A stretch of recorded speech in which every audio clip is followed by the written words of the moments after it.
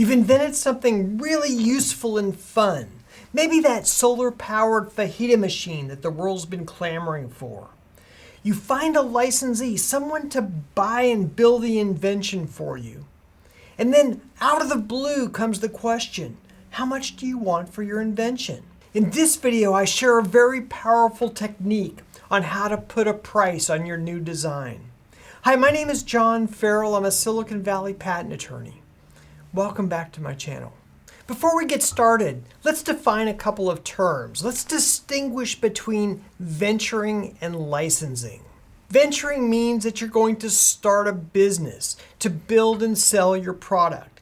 It means that you're going to build a product or manufacture it or have parts manufactured and assemble it. You're going to handle marketing, you're going to handle sales, and all of the other things that go into having your own business. On the other hand, there are inventors who just love to invent. They love the process of solving new problems. They really don't want to run a business. What they would prefer to do is just come up with new ideas and find licensees to license these ideas from them and handle all of the rest of the problems associated with manufacturing and selling the product. And this works well for manufacturers because they already have a business set up. They have manufacturing processes and distribution. They've already hired the people. But what they really need is new and exciting products to sell. They need you as an inventor with new products. In fact, in many ways, manufacturers need you as an inventor more than you need them. Whether you're going to manufacture and sell your own product, or whether you're going to license the product to a manufacturer and let them sell the product, you need to have a strategy for pricing. If you're going to manufacture and sell the product yourself, you need to understand the sales price so you'll know whether there's sufficient profit in the product for you to manufacture successfully. If you're going to license the product to a third party to manufacture and sell for you, then you're going to have a pricing strategy because they're going to ask the question, how much do you want for your product? And when you get asked this question, you need to know your price and you need to know how you arrived at that price. You have to have a theory on how you arrived at your pricing. Knowing these two pieces of information will allow you to set your agenda for negotiation. And it's an axiom of business that if you don't go into a negotiation with your own agenda, you're going to be part of someone else's.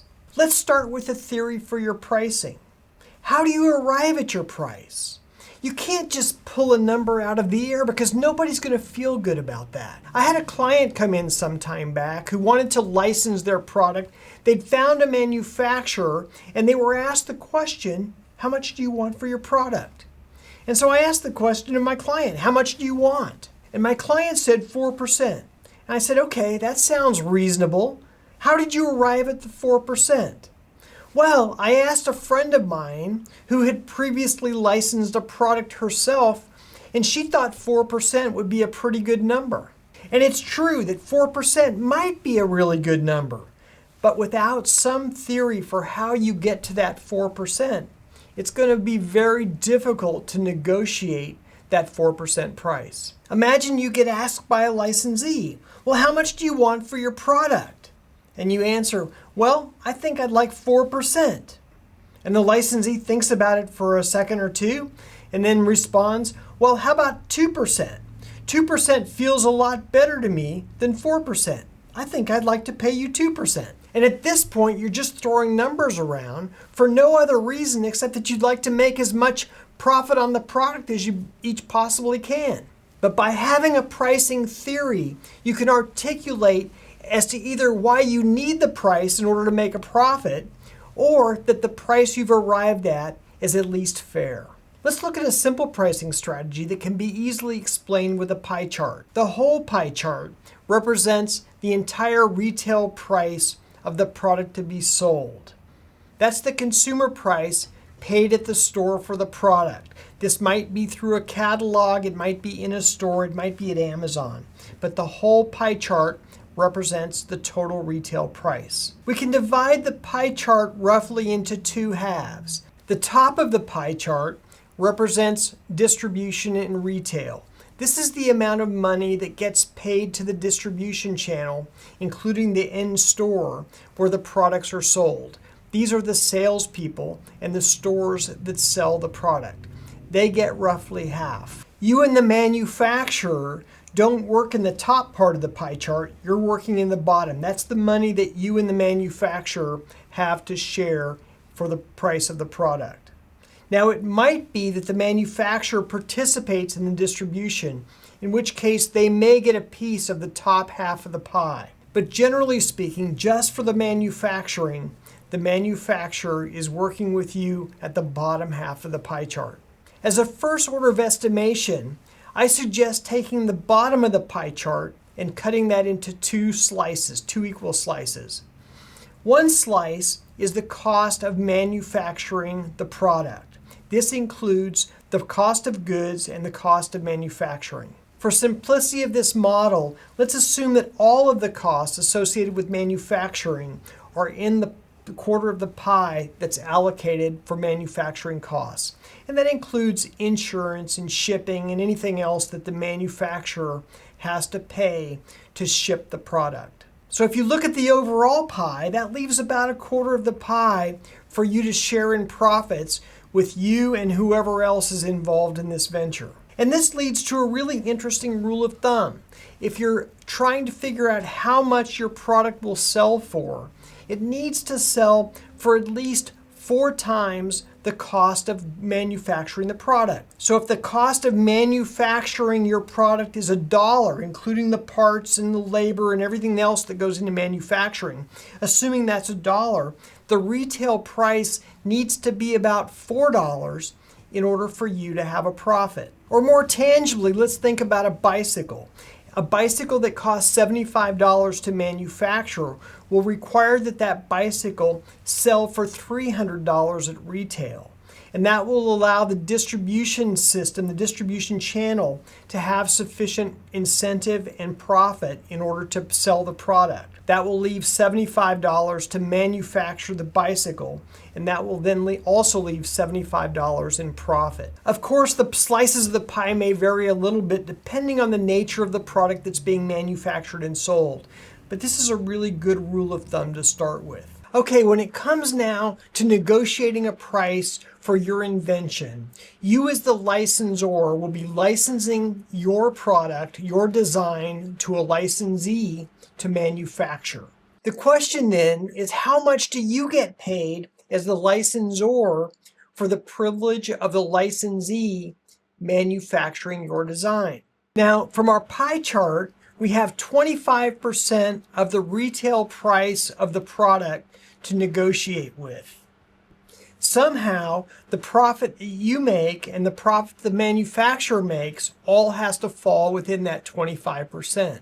Now, that 25% is not a fixed amount because the pie can grow depending on the price of the product and the amount of product or the number of units of the product that gets sold. Obviously, the more product that gets sold, the more money there is in that 25% slice of the pie for you and the manufacturer to divide. Now, I think a good starting position is to go into the negotiation with you as the licensor, you as the inventor, to ask to split that 25% slice of the pie.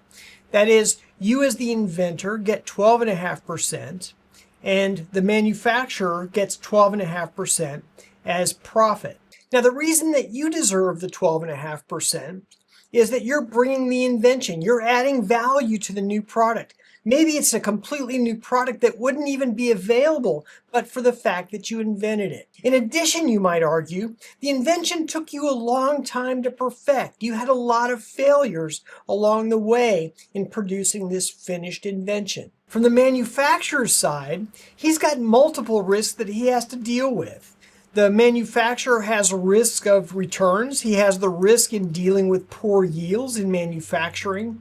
Plus, the manufacturer ultimately wants to make a profit for all the trouble that they're going through in manufacturing the product. So the manufacturer may respond to your 50-50 split of that 25% slice of the pie by saying, well, we deserve a third of that 25% for the manufacturing risk that we're taking, that is the return on goods and, for example, poor yields.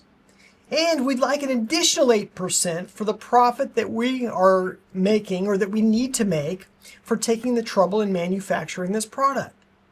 And that would leave you 8% or 1/3 of that 25% as your profit for having invented and having brought that invention to us. And so this is how the negotiation should go. Each of you brings a reason or a rationale for why you deserve the share of the profits for the contribution that you're making. Another consideration that goes into the allocation of profits is the contribution that your invention is making to the overall product being manufactured. There may be multiple inventions, multiple patents that need to be licensed in order for the manufacturer to produce the end product. It may be that your contribution isn't all that important to the overall finished product. Sort of like ashtrays on airliners. There needs to be a fair and rational allocation of the profits across all of the inventions and contributions that go into the manufactured product, or otherwise the product won't be built at all. If your inventive contribution, for example, is handlebar streamers that go into a bicycle that has many other inventive and licensed parts, your share of that profit piece is going to obviously be much less than it otherwise would be if yours was the total contribution in the product. But by basing the negotiations on a rational pricing theory, it's easier to arrive at a mutually acceptable number. There'll be fewer hard feelings, and everybody will feel ultimately there's at least some fairness or maybe unfairness in the ultimate number that's arrived at. Importantly, you'll be setting the tone and the agenda for the discussions by showing up with a pricing theory. And of course, this is just an example of a theory. There's lots of other pricing schemes that you could use besides this pie chart method. Okay, that's really all I have to say today about pricing your invention. If you have some strategies that have worked for you in the past, put them in the comments section below. We'd love to read about them. In the meantime, I'll see you on the next video.